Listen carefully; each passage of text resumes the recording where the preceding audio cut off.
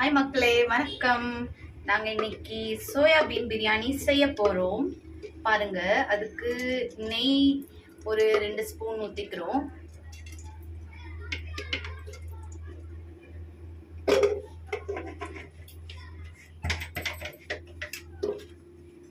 அது கூட எண்ணெயும் சேர்த்து ஊற்றிக்கிறோம். எவ்வளோ வேணுமோ அவ்வளோ, தேவையான அளவு.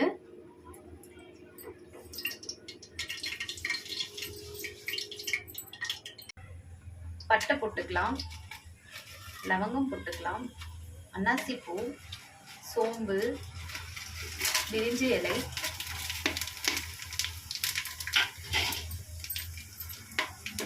அது கூட வெங்காயமும் போட்டு நல்ல பொன்னிறமா வதங்கணும்.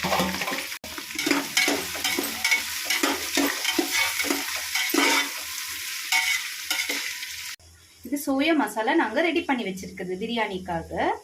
இதில் பச்சை மிளகாய், புதினா, கொத்தமல்லி, தக்காளி, இஞ்சி, பூண்டு எல்லாத்தையும் போட்டு நல்லா அரைச்சி இதோட தயிர் கொஞ்சம் ஊற்றி மேரினேட் பண்ணி வச்சுருக்கோம். இப்போ வெங்காயம் வதங்கின பிறகு நாங்கள் இதை போட்டு நல்லா எண்ணெய் பிரிஞ்சு வர வரையும் வதக்குவோம். வெங்காயம் வதங்கிடுச்சு, அதனால நாங்கள் இப்போ இந்த மாதிரி ரெடி பண்ண வச்ச சோயாவை மசாலாவோட மேரினேட் பண்ணி வச்சதை போட்டு நல்லா வதக்க போகிறோம். எண்ணெய் பிரிஞ்சு வர வரையும் வதக்கின பிறகு அரிசி போட்டு தேவையான அளவு உப்பு சேர்த்து நாங்கள் குக்கரை போட்டு மூடி வச்சா சோயா பிரியாணி ரெடி. என் பசங்க பட்டாணியே கொஞ்சம் போடுங்க மம்மி, நல்லா இருக்கும்னு சொன்னாங்க. அதனால நான் பட்டாணி போட்டுட்டு இருக்கேன்.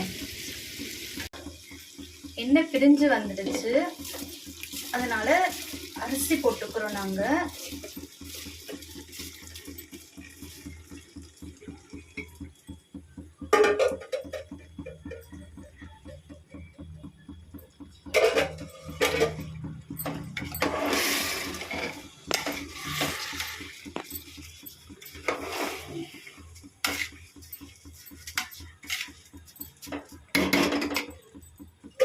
தேவையான அளவு தண்ணி, தேவையான அளவு உப்பு,